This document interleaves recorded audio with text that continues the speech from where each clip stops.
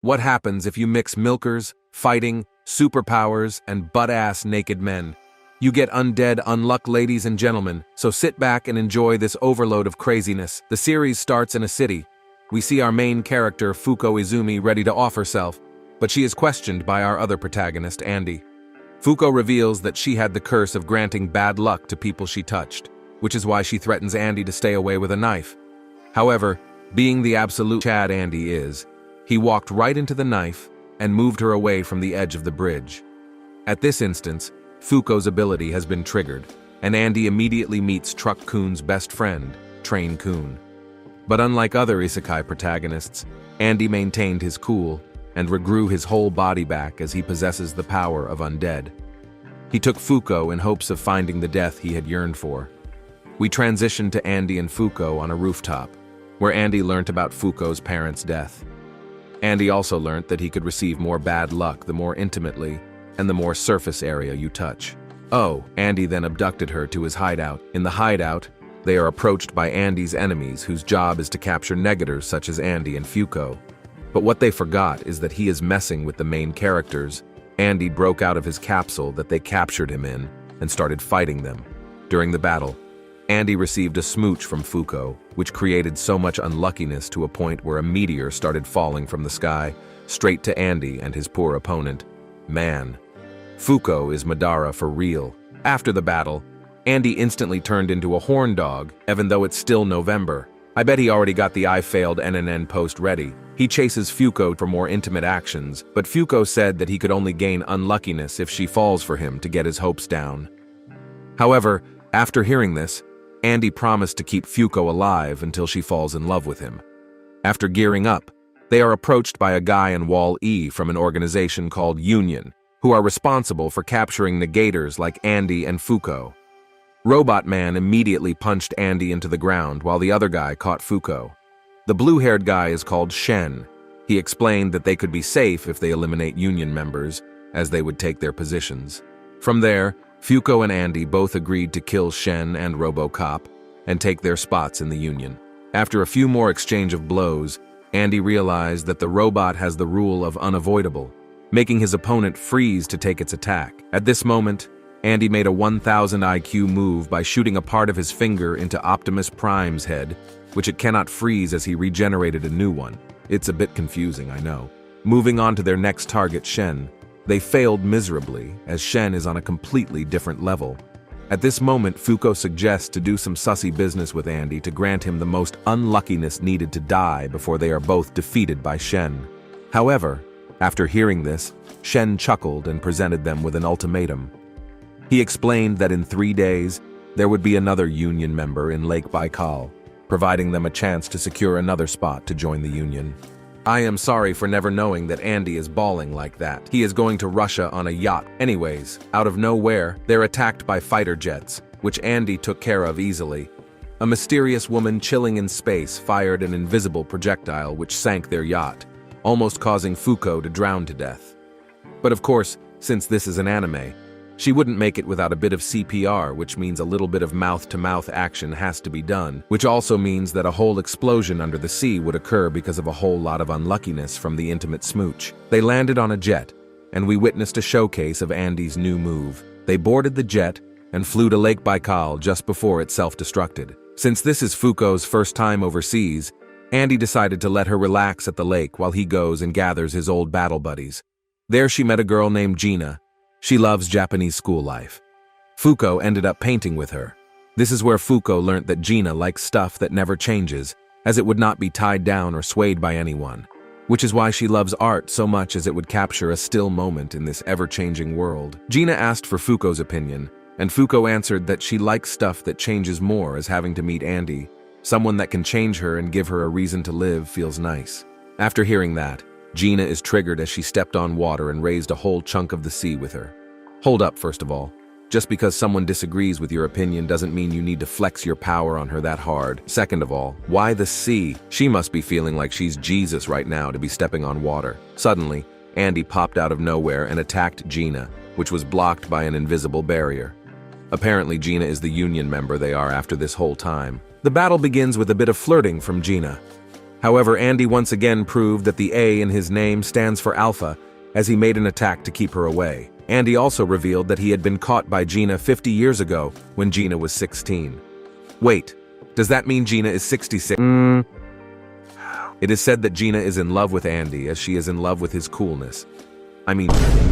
Anyways, the battle escalated quickly when Andy started talking about how Fuko is his, and no one can kill her, which made Gina extremely jealous and angry. Her hat literally turned into a Beyblade that sliced through Andy's body.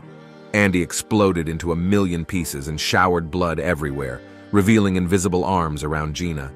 Analyzing this, Andy came to the conclusion that Gina has the rule of unchange, which negates an object's change in form.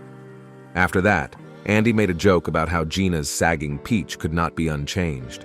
This made Gina furious. She started to shoot laser beams from her fleet in the sky, hitting Andy right in his eggplant.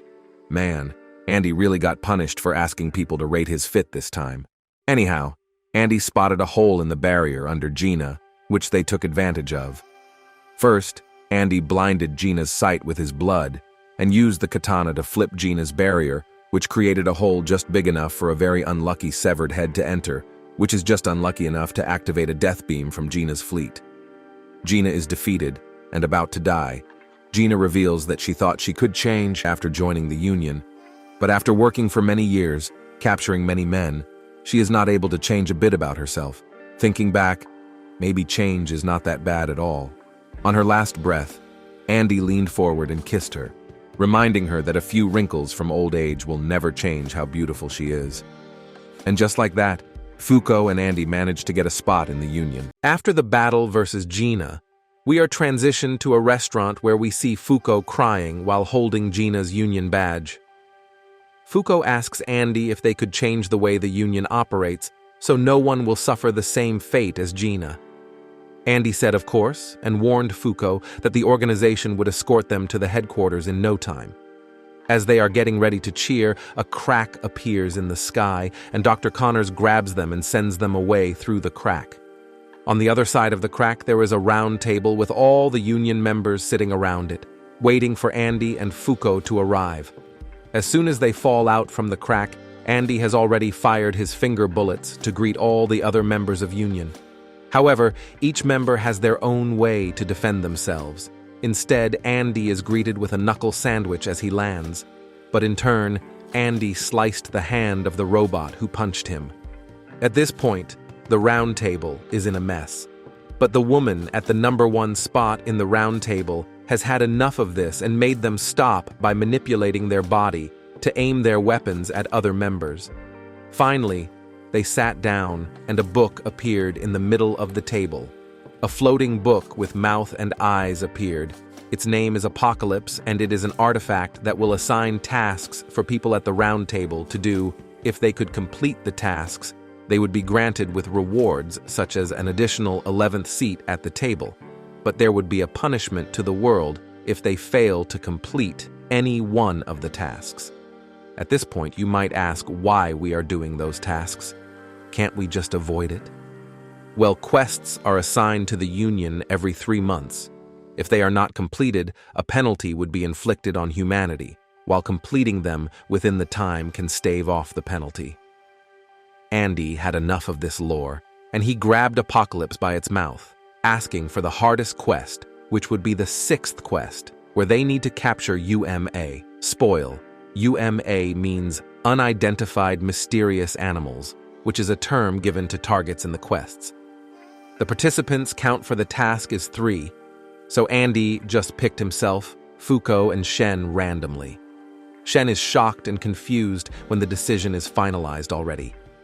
They then go to prepare. Shen's sister, Mui, helps Fuko to prepare her uniform when Mui asks Fuko to protect her brother, as she cannot do so since she has no power. As they leave the changing room, we already see Andy refusing to put on clothes, and there is Shen chasing behind him. Andy then bumped into Fuko, which, just in case you forgot, it is enough to make an explosion to make the whole floor filled with smoke. Suddenly, there is an announcement in the building. A UMA has escaped from its cell and asks available Union members to capture the UMA. Mui says that this UMA has the ability to latch on to human bodies and turn into clothes in order to have full control of the body. Just as she is about to finish her sentence, the target appears behind Andy and punches him in his neck, but Andy just simply heals himself and knocks the person the creature is controlling out. But then the target came out of the person it was originally controlling and latched onto Mui, which made Mui go beast mode on Andy and Shen. But it didn't last long as Fuko grabbed her arm, which made a brick randomly land on Mui's head with her unluckiness. The target immediately switches person and latches onto Andy, which is probably the worst decision it could ever make. Because of an interaction Fuko made with Andy a few seconds ago, Andy, along with the UMA, caught a blast from a technical malfunction downstairs. Then the UMA submitted and became Andy's personal uniform from then on out. Fuko, Andy, and Shen are now in the USA, heading to their target's whereabouts with Truck Kun. Fuko got curious about the enemy they were about to encounter, so Shen filled her in. Essentially, their target is called UMA Spoil. It would spread a virus that would turn people into zombies, and it currently resides in the isolated island called Longing with its army of zombies. They stopped their ride at night so Andy could take a nap. When he is asleep, Shen told Fuko, the real reason why he is not bothered with tagging along in the mission is because he would like to see the other side of Andy, called Victor, the god of victory. Anyways, they have finally arrived at the bridge connecting to Longing. Without any hesitation, Andy pulled out a rocket launcher and blasted a hole through the wall of the island. Zombies started coming out of the wall, running toward them, but Andy just simply sent them all to an isekai world and parked Truck Kun in the wall. He then flew out of the truck and started his rampage on zombies. We then transitioned to Andy, standing in front of a zombie who hadn't been fully spoiled by the virus yet. Andy brought the zombie lady back to the team, but Shen looks frustrated as he warns Andy that UMAs are the soul power itself, and the UMA's ability would be triggered once Andy entered its proximity. The zombie pointed at Andy's stomach, revealing a timer on his stomach. When the timer hits 0, Andy's body starts to rot, but it is ineffective against Andy as it only affects his skin. He still has control over his body. Shen says that the only way they could find Spoil is through the half-zombified lady, but the lady has one request. She wanted to get married as it is her dream. Andy said say less, and brought them to a church to get married. When Shen was busy telling Andy to be careful, Fuko spotted a little boy coming out of a trapdoor, but went back as soon as she saw him.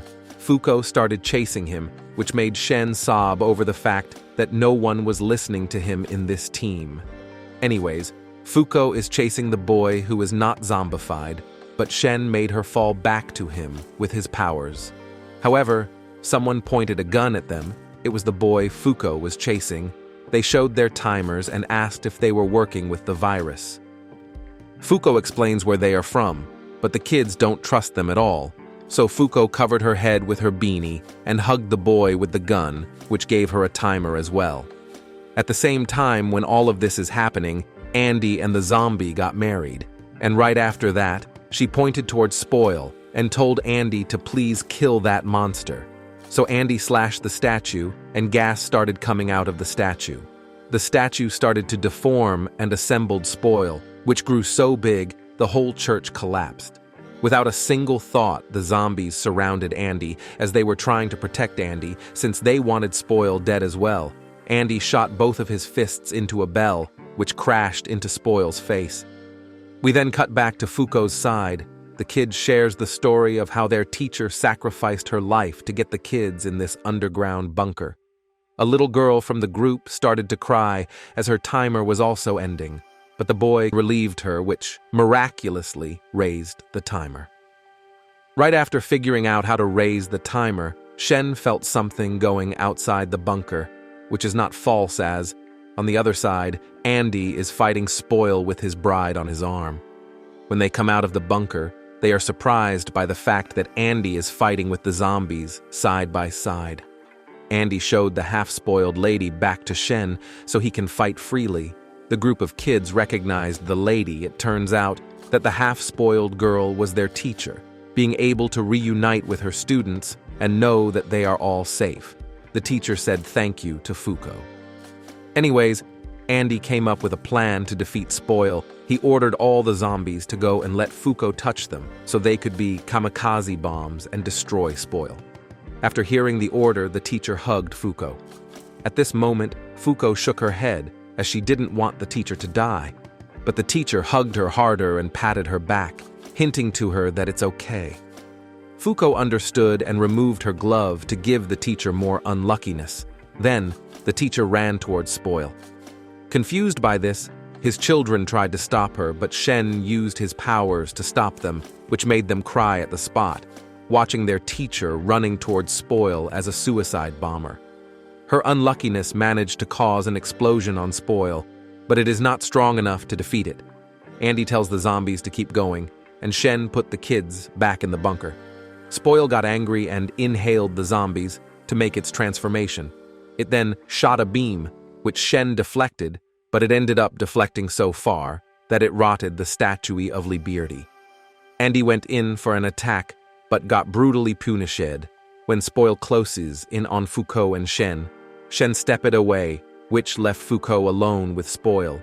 Spoil presses on Fuko, but she calls Spoil a bitch, and her timer increases. Spoil is shocked, but Shen popped out of nowhere and bonked Spoil on the head with his new weapon. This staff can shrink and contract at will. Shen expands the staff and plays whack-a-mole with Spoil. When Spoil tried to escape, he was unable to move his body. When Spoil tried to shoot Shen with his beam, it failed. Spoil is confused, but this is all happening because of Shen's power, untruth. Essentially, Shen's ability acts on enemies in his line of sight. Once activated, it forces the target to perform the opposite action it was trying to take. This is why Spoil is unable to move when he tries to escape. Andy then shares what he has learnt from the fights he just had with Spoil. He learnt that Spoil's virus spread through moisture in the air in order to reach and rot others. Fuko suggests fighting Spoil in space as it is a vacuum, but none of them can fight in space. This is when Shen suggests Andy to pull out the cork in his head and unleash the other side of him, release Victor, the god of victory, to fight Spoil in space. Andy agrees, but under one condition: he wants Shen to defeat Victor so Andy could take over the body again after killing Spoil. Shen smiled, and Andy extended his staff to send both of them to space. He pulled the cork out and threw it to Shen in the process. In space, Spoil shot him with his rotting beam, but Victor regenerated at a speed faster than Andy. He shot his finger bullets, which formed clones of Victor. These clones finished Victor off within seconds. He then sent Spoil's core down back to Earth with part of his hand. Back on the surface, we see Fuko and Shen sending the kids off to safety as a Union team would escort them shortly. Fuko and Shen saw the core of Spoil landing, so they went back. Victor regenerated from the arm, and Shen told Mui to beam up the core of Spoil. Victor asks them what time it is, but suddenly had a headache from the soul of Andy, as Andy wants to have the body back. But Andy simply is not stronger than Victor to get the body back by himself. Victor then tries to kill Fuko, as she is the one making Andy want to come back. Shen interferes, but got defeated by Victor pretty easily. Seeing this violation, Fuko touched Victor in the stomach in hopes that something unlucky could happen to him, but nothing happened. Just as Victor is about to kill Fuko, Shen turns into Gear 5 Luffy and knocks Victor into the sky. As Victor is in the air, a crack appears in the sky. All the Union members at the round table came out of the crack. See, I have seen 2-on-1 jumpings on JJK before, but jumping a person with 10 people is another level of disrespect. Anyways, as they all fall, Victor shoots his finger bullets at all of the members. The robot eyeball, Tatiana, shielded them all when Billy, the person with revolvers, shot the shields, which ricocheted back to Victor. Even though Victor took almost no damage, they all landed on the ground, and just like this, The battle between Victor and Union had begun.